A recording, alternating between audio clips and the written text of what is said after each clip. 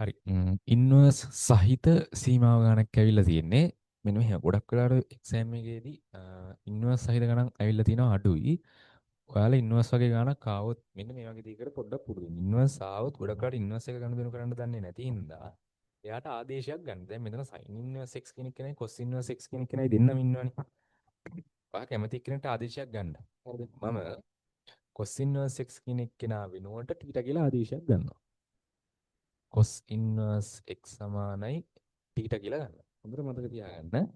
ආදේශය ගත්තයින් පස්සේ දැන් cos inverse x කෙනෙක් කෙනාට θ කියලා ආදේශය ගත්තේ මෙන්න මෙතන සීමාව යන්නේ කෙනයි මේක ඇතුලේ ඉන්න අයයි ඔක්කොම අපි ආදේශයට අනුව වෙනස් කරගන්න ඕනේ.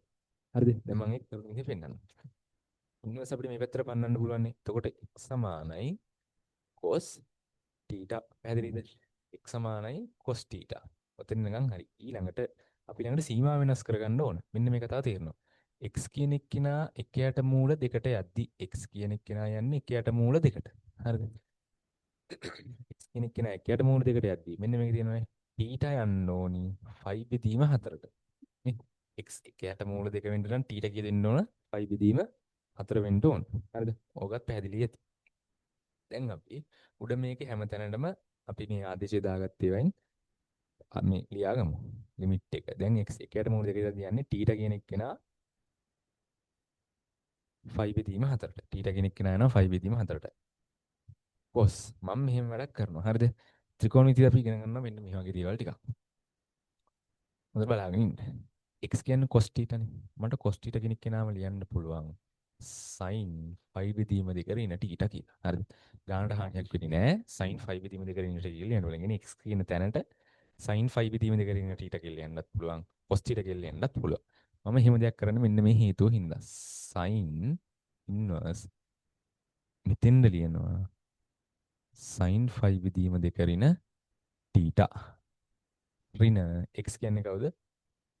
cos θ. ඇයි මෙතෙන්ට විතරක් මේ වැඩේ කරේ? ඒක ඔයාගේ බුද්ධිය සහ අත්දැකීම් ගණන් හතර ප්‍රැක්ටිස් එකත් එක්ක ඔයාට සහ තියරි දැනුමත් එක්ක මෙන්න මේ වගේ මතක තියෙන්න ඕන ත්‍රිකෝණමිතියේදී.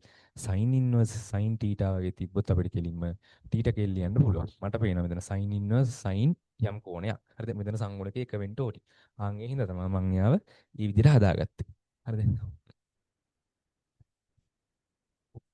දැන් ලිමිට් එක sorry යට කැල්ලුත් ඉවර නෑ නේ.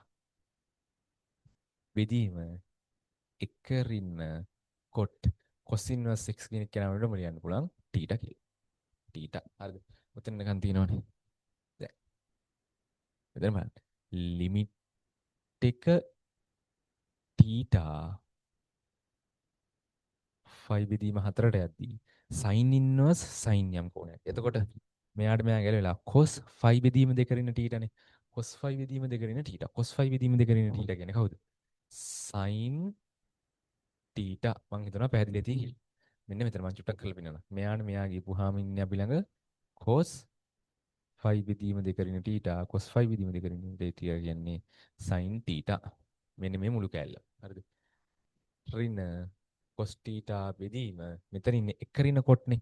මං එයාව හදාගන්නම් sin cos වලින්. එක රින්න cos θ බෙදීම sin θ කියලා. හරිද? එක රින්න cos θ බෙදීම sin θ කියලා.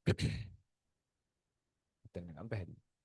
දැන් අපිට ඊළඟට මේ sin උඩට අරන් ආවේ කි ලිමිට් එක θ 5 බෙදීම 4ට sin අරන් එන උඩට. sin θ රින cos θ බෙදීම sin θ රින cos θ. හරිද? යට ඉන්නවනේ sin කෙනෙක්. එයා උඩට එන්නේ. මං එයා වෙනම සීමාව ගන්නවා. ලිමිට් එක තිතක් ලිමිට් එක θ 5 බෙදීම 4ට යද්දී sin θ කියලා. මං හිතනවා පැහැදිලි ඇති කියලා. යට sin θ උඩට එන්නේ. ගුණිතයකදී සීමාව වෙන වෙනම පාවිච්චි කරන්න පුළුවන්. මෙයාට මෙයා යනවා. මෙන්න මේ කොටසම කීයද?